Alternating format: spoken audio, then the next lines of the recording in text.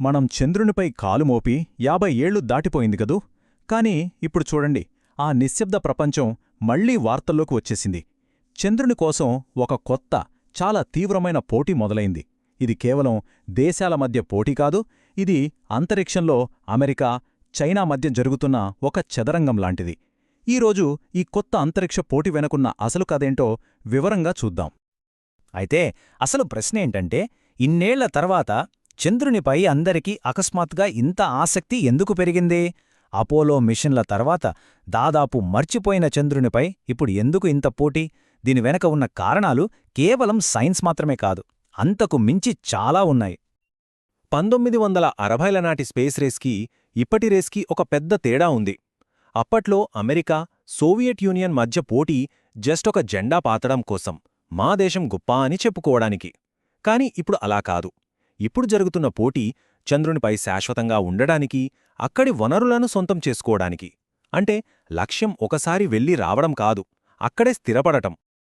సరే, ఇప్పుడు ఈ పోటీలో ఉన్న రెండు ప్రధాన జట్టులేవి, వాళ్ల వ్యూహాలేంటి అనేది ఒకసారి చూద్దాం.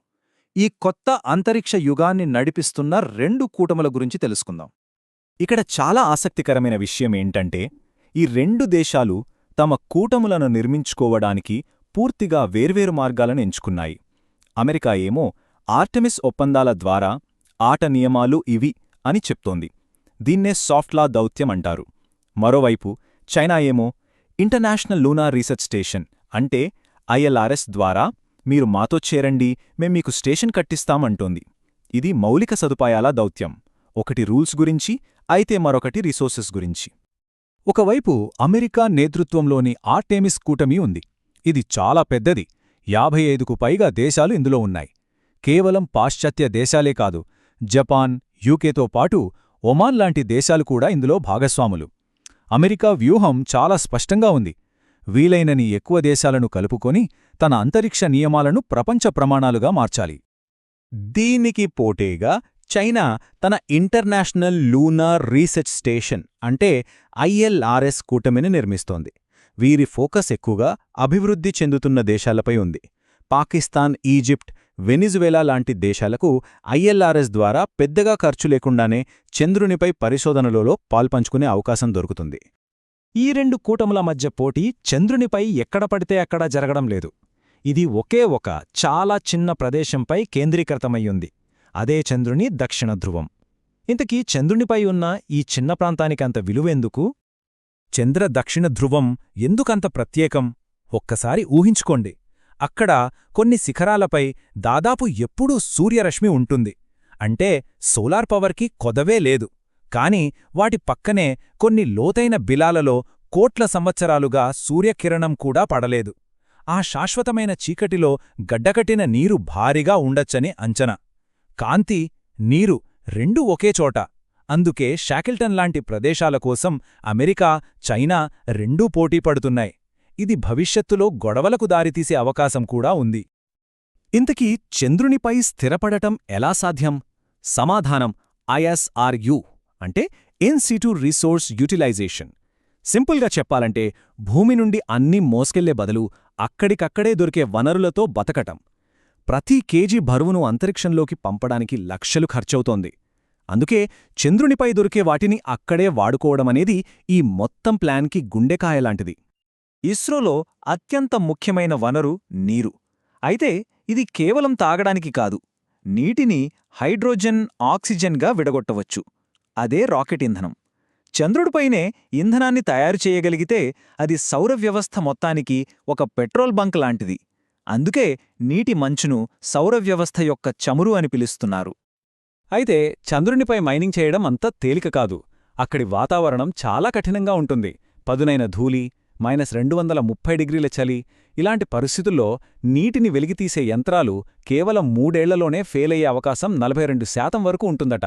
ఇది చాలా పెద్ద రిస్క్. ఆర్థికంగా కూడా ఇది వెంటనే లాభాలు తెచ్చే వ్యాపారం కాదు. ఒక అంచనా ప్రకారం చంద్రునిపై నీటి మైనింగ్ కోసం పెట్టిన పెట్టుబడిపై లాభాలు రావడానికి కనీసం 30 సంవత్సరాలు పట్టొచ్చు. కాబట్టి ఇది స్వల్పకాలిక లాభాల కోసం కాదు, దీర్ఘకాలిక వ్యూహాత్మక లక్ష్యాల కోసం చేస్తున్న ప్రయత్నం. నీటితో పాటు చంద్రునిపై హీలియం-3 అనే మరో వనరు గురించి కూడా చాలా చర్చ జరుగుతోంది. చైనా దీన్ని పర్ఫెక్ట్ ఫ్యూజన్ ఇంధనమంటోంది. థియరీ ప్రకారం హీలియం-3 ఫ్యూషన్ వల్ల రేడియో ధార్మిక వ్యర్థాలు రావు. కాని సమస్య ఏంటంటే దాన్ని మండించడానికి అవసరమైన టెక్నాలజీ మన దగ్గర ఇంకా లేదు. సో హీలియం-3 అనేది ప్రస్తుతానికి ఒక ఎండమావిలాంటిది. ఇప్పుడు ఈ పోటీ యొక్క టెక్నికల్ విషయాల్లోకి వెళ్దాం. వ్యోమగాములను చంద్రునిపైకి చేర్చడానికి అమెరికా, చైనా ఎలాంటి రాకెట్లను తయారు చేస్తున్నాయో చూద్దాం. ఎందుకంటే వాళ్ల ఇంజనీరింగ్ ఆలోచనా విధానాలు పూర్తిగా భిన్నంగా ఉన్నాయి. ఒక వ్యోమగామిని చంద్రునిపైకి పంపడానికి ఎన్నిసార్లు రాకెట్ లాంచ్ చేయాలి? ఇక్కడే అమెరికా, చైనా వ్యూహాల మధ్య భారీ తేడా కనిపిస్తుంది. చైనాకు కేవలం 2 లాంచులు చాలు. కాని అమెరికా వాడుతున్న స్టార్షిప్కు ఏకంగా 10కి పైగా లాంచులు అవసరం. ఎందుకంటే దానికి భూమి కక్షలోనే ఇంధనం నింపాలి. ఇది మిషన్ను చాలా సంక్లిష్టంగా మార్చేస్తుంది. ఈ 2 ల్యాండర్ల మధ్య తేడాలను ఇంకాస్త లోతుగా చూద్దాం. అమెరికా స్టార్షిప్ చాలా చల్లగా ఉండే క్రయోజెనిక్ ఇంధనాన్ని వాడుతుంది. ఇది సులభంగా ఆవిరైపోతుంది. అందుకే దానికి కక్షలో రీఫ్యూయలింగ్ తప్పనిసరి. కాని దానివల్ల అది ఏకంగా 100 టన్నుల బరువును చంద్రునిపైకి తీసుకెళ్లగలదు. మరోవైపు చైనా ల్యాండర్ స్థిరమైన ఇంధనాన్ని వాడుతుంది. రీఫ్యూలింగ్ అవసరం లేదు. కాని కేవలం 3 టన్నుల బరువును మాత్రమే మోయగలదు. చూసారా, అమెరికాది హై రిస్క్ హై రివార్డ్ వ్యూహం అయితే చైనాది సురక్షితమైన నిరూపితమైన మార్గం. అమెరికా ప్లాన్లో అతి పెద్ద టెక్నికల్ ఛాలెంజ్ ఒకటుంది. అదే క్రయోజెనిక్ ఫ్లూయిడ్ మేనేజ్మెంట్. సింపుల్గా చెప్పాలంటే స్పేస్లో ఒక ఐస్క్రీంని కరిగిపోకుండా కాపాడ్డం లాంటిదే. స్టార్షిప్ వాడే ఇంధనాలు అంతరిక్షంలో వేడెక్కి ఆవిరి కాకుండా వారాల తరబడి నిల్వ ఉంచాలి. ఈ టెక్నాలజీ ఇంకా పూర్తిగా నిరూపించబడలేదు. ఆర్టెమిస్ కార్యక్రమం ఆలస్యం కావడానికి ఇదో ఒక ముఖ్య కారణం కావచ్చు. సరే, ఇవన్నీ చూశాక ఈ పోటీలో ఎవరు ముందున్నారు? ఎవరు మొదల చంద్రునిపై అడుగుపెట్టే అవకాశముంది? టైమ్లైన్స్ ఏమంటున్నాయో చూద్దాం. నాసా అధికారికంగా 2026లో ఆర్టెమిస్ 3 ద్వారా మనుషులను చంద్రునిపైకి పంపాలనుకుంటోంది. కాని ఈ టెక్నికల్ ఛాలెంజెస్ వల్ల చాలామంది నిపుణులు ఇది 2028 లేదా 2029 వరకు జరగదని అంటున్నారు. మరోవైపు చైనా తమ మొదటి మానవసహిత ల్యాండింగ్ను 2030 నాటికి పూర్తి చేయాలని స్థిరంగా ముందుకు వెళ్తోంది. నాసా షెడ్యూల్ వెనక్కి వెళ్తుంటే చైనా నిలకడగా ముందుకెళ్తోంది. దీనివల్ల ఈ పోటీ చాలా ఉత్కంఠభరితంగా మారింది. ఈ పోటీలో మొదట ల్యాండ్ అవడం ఎందుకంత ముఖ్యం? ఎందుకంటే మొదట అక్కడికి వెళ్లిన దేశమే అత్యంత విలువైన ప్రదేశాన్ని ఎంచుకోగలదు. వాళ్ళు తమ బేస్ చుట్టూ ఒక భద్రతా జోన్ ప్రకటించి ఇతరులను దూరంగా ఉంచవచ్చు. దీని ద్వారా ఆ ప్రాంతానికి వాళ్లే రూల్స్ సెట్ చేసినట్టవుతుంది. ఇది చంద్రునిపై భవిష్యత్తు ఆర్థిక వ్యవస్థకు పునాది వేస్తోంది. చాలామందికి వచ్చే డౌట్, ఆర్టెమిస్ ప్రోగ్రాం అపోలో అంత వేగంగా ఎందుకు వెళ్లడం లేదు అని.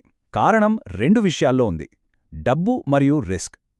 అపోలో కార్యక్రమానికి అమెరికా తన ఫెడరల్ బడ్జెట్లో 4% కేటాయించింది. కాని ఆర్టెమిస్కు కేవలం 0.4% మాత్రమే ఇస్తున్నారు. అంతేకాదు, అప్పట్లా వేగం కోసం నాసా ఇప్పుడు పెద్ద రిస్కులు తీసుకోవడానికి సిద్ధంగా లేదు.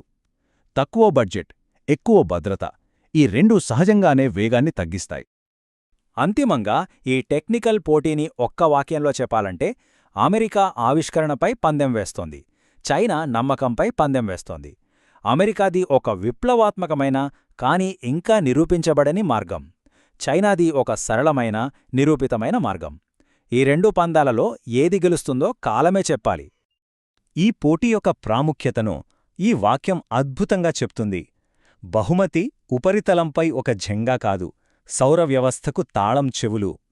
ఇది కేవలం చంద్రునిపైకి వెళ్లడం గురించి కాదు, భవిష్యత్తులో మానవాళి సౌర వ్యవస్థను ఎలా అన్వేషిస్తుందో నిర్ణయించడం గురించి. కాబట్టి మనం ఆలోచించాల్సిన ప్రశ్న ఇది: ఈ పరుగు యొక్క ఫలితం రాబోయే శతాబ్దానికి అంతరిక్షంలో మన కార్యకలాపాలను నిర్దేశిస్తుంది. అంతరిక్షంలో మానవాళి భవిష్యత్తుకు నియమాలను ఎవరు రాస్తారు? అమెరికానా? చైనానా? లేక మరేదైనా కొత్త మార్గం మన ముందుకు వస్తుందా?